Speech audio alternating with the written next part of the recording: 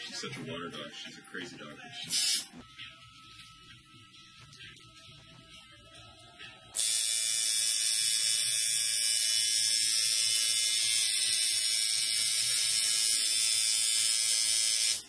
And what'd you say? It tickles? Remember you're on camera. Yeah, it tickles. Feels good. Look at her. She's laughing. It can't be that bad.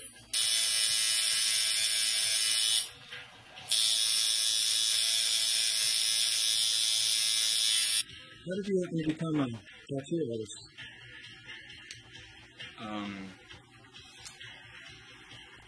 Well, I've been an artist. I've been drawing all my life, so that part was already there, the love of drawing. And in 1997, the woman who had been my 8th grade teacher in Montessori school, who I became fast friends and family with, so this was years and years later, she told me she wanted a tattoo. Now, I used to have certain concepts about tattoos, and I thought tattoos were pretty crazy, but I volunteered to help her. In the process of volunteering, I discovered a few things. One was that a lot of people didn't have good tattoos, and I realized, well, right off the bat, I can do good tattoos. I'll be able to, because I knew I could draw, and I knew that I could master the machine. And then I realized that tattoos meant so. I started to see, as I started talking to people about their tattoos, and in the process of researching for my friend, I was like, wow, tattoos really mean so much to people, even if they look mediocre at best in most cases, you know.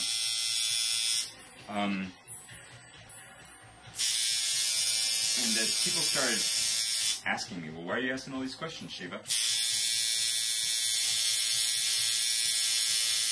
And they found out I was thinking about learning how to tattoo. They were like, yeah, sign me up, sign me up. So, you know, it was just kind of evolved out of me asking questions about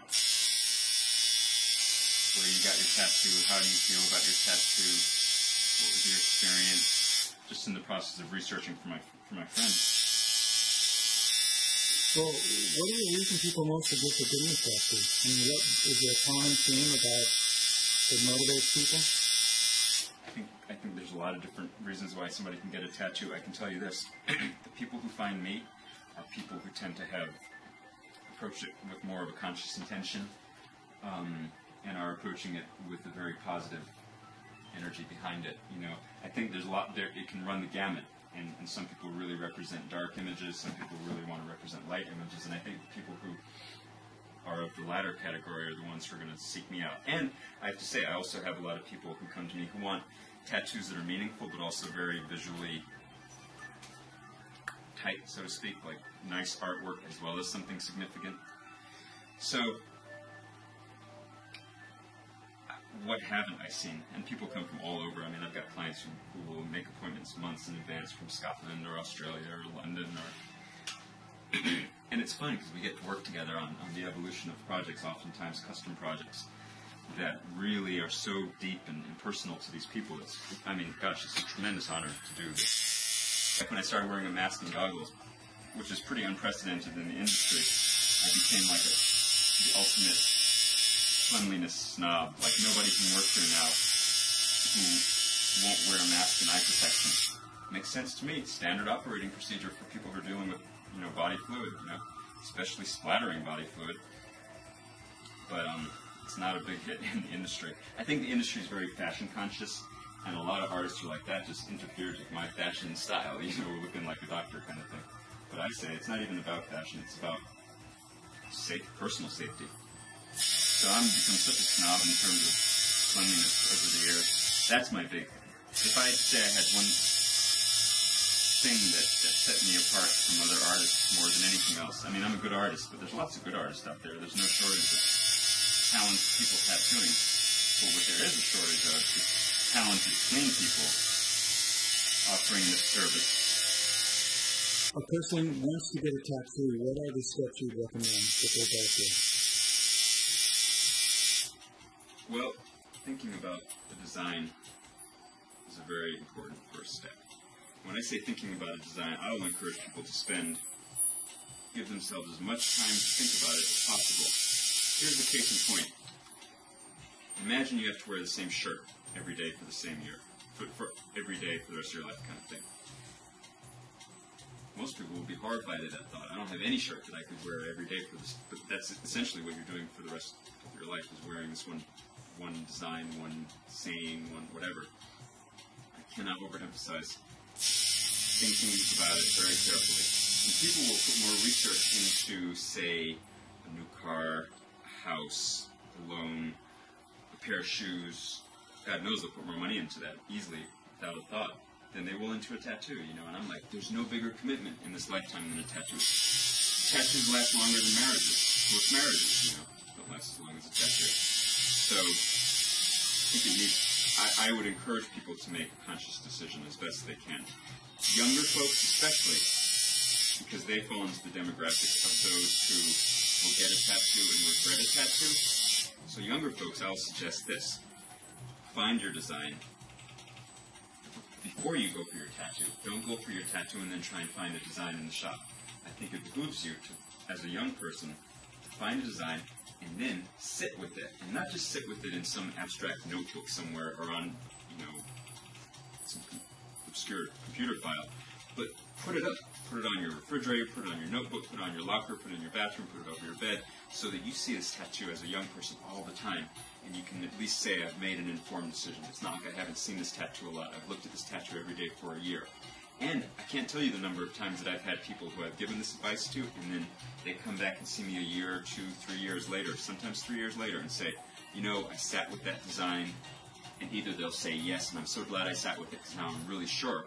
Or, more commonly, they'll say, I'm glad I sat with it because after 6 months I wanted to change it, much less 2 years, you know. Step 2, I would say, would be research an artist thoroughly.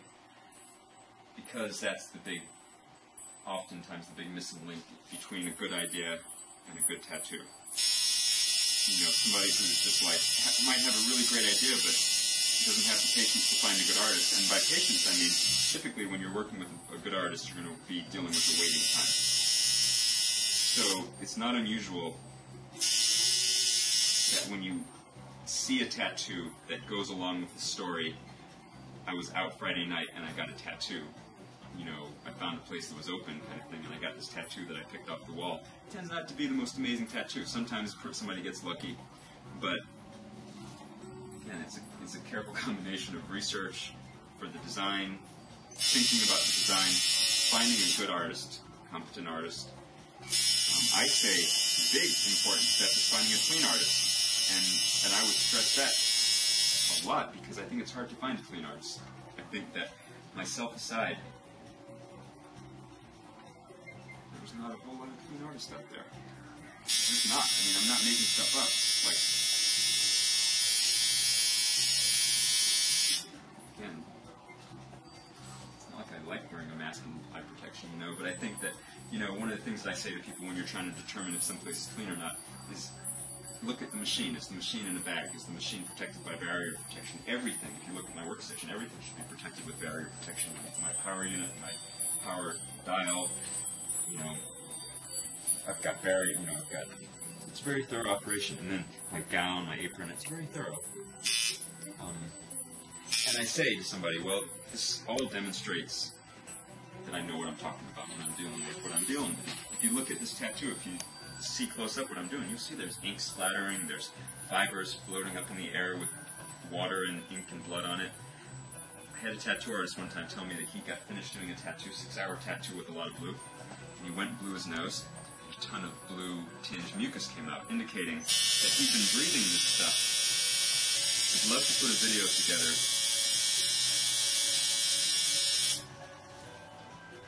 directed towards young people, high school age students. Just like you have sex ed and health education in high school when kids are old enough to comprehend stuff like that, you know, the transmission of bodily fluids and making responsible choices. I think tattoos, especially now that it's so popular, should be part of health education. Because it's not just the blood-borne pathogens, it's the thing that you have to live with for the rest of your life, and oftentimes will grow to regret. So I thought, if I could put a video together and distribute it to the school system, that'd be a really good way to get good information out there. They've done the research, they took the tattoo artist, they got the tattoo done. How do they check or after it's been, put on the body? It's a lot of work, I think. And I give really comprehensive aftercare instructions. One of the things that I advise is that people wash it, keep it really clean, really, really clean. Never touch it without washing their hands first. Don't pick at it, don't scratch at it. Wash it 6 times a day, 5 or 6 times a day. I don't advise using petroleum-based products on it for aftercare, though I do advise using a good moisturizing solution, a salve, cream of some sort. Like on my aftercare instructions, I'll typically send people to whatever health food stores in the area. If they don't buy what I make, I'll typically send them to the local health food store for a good alternative. Because I think that after the tattoo is done, it's a big responsibility. And the responsibility then becomes the person who's received the tattoo, though. Now, how long does it take to heal that? Good question, because it depends a lot on how well somebody takes care of it. If somebody takes really good care of it, it can heal pretty much, at least get out of the danger zone within 5 to 7 days. Don't go anywhere, I'm just going to put a little more detail. If complications arise, you could be looking at any kind of protracted time from 2 weeks to 8 weeks or whatever, whatever kind of craziness ensues from not taking care of it, right? No, I'm assuming complications mostly arise from infection, but are there particular kinds of ink? Not necessarily. I wouldn't say the complications necessarily rise from infection as much as they might perhaps from a reaction.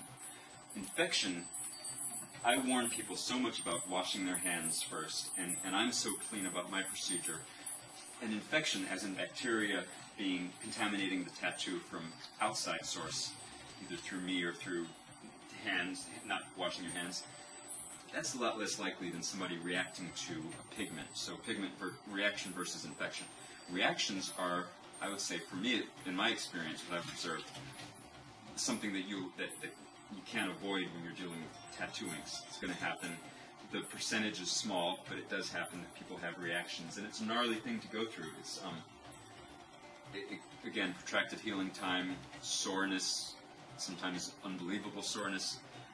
If you have never had one before, it can be quite the shocker. I know I've had a few myself, and they're not a shocker, but they sure can be a pain in the butt. And basically, you're dealing with, depending on the ink that you use, you could be dealing with any number of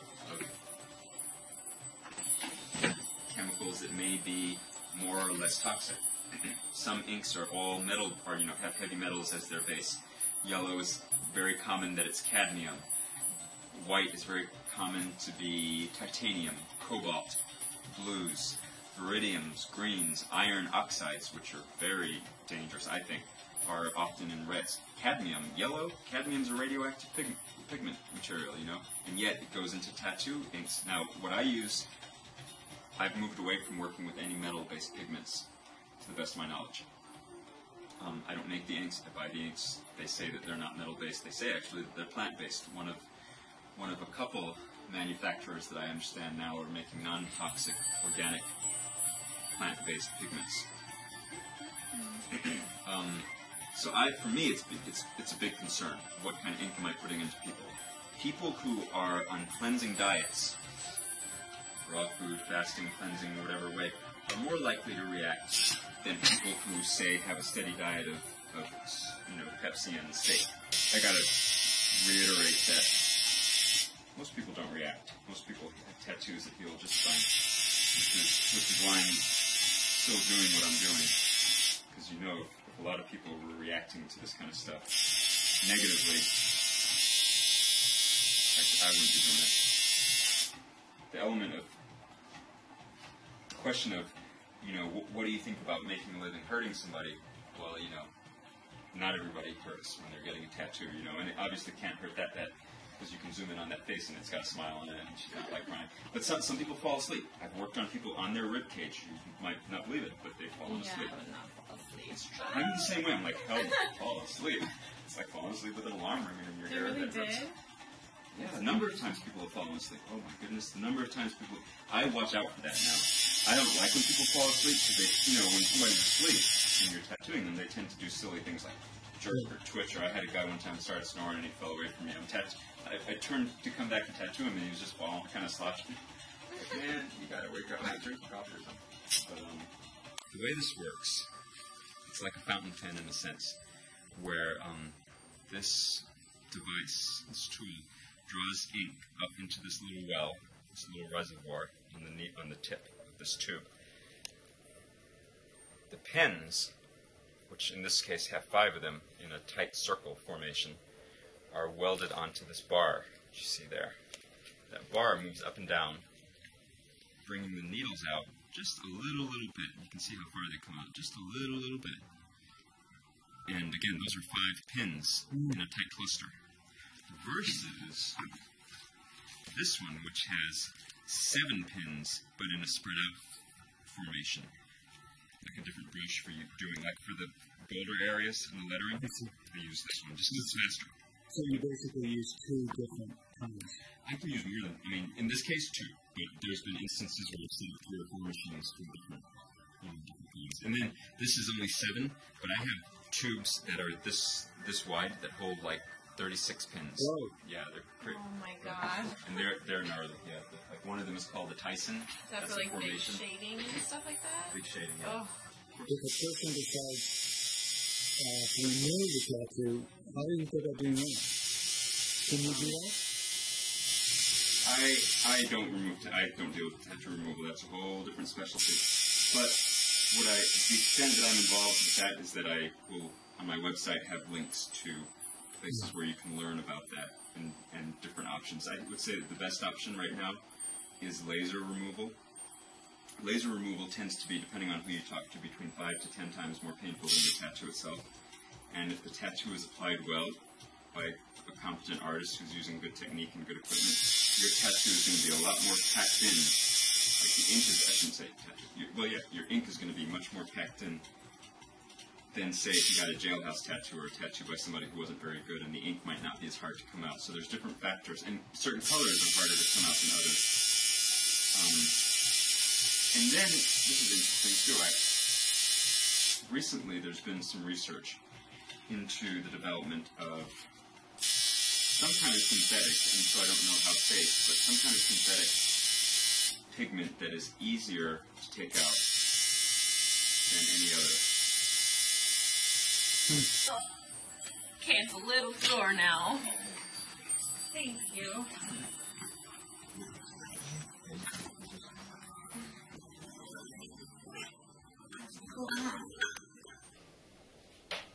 Okay, now, what does this mean?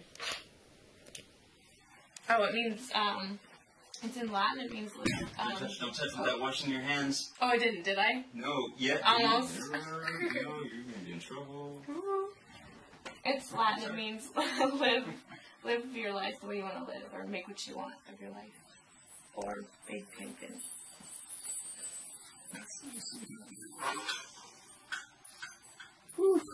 I almost touched it. For them, you did touch it. Uh-oh. I'm fired already. I'll be good, I promise. For your own best interest. And then we get to see you without your mask on. Excellent. Good job. Excellent. Thank you so much. It's perfect. I got braces a week ago. Yeah.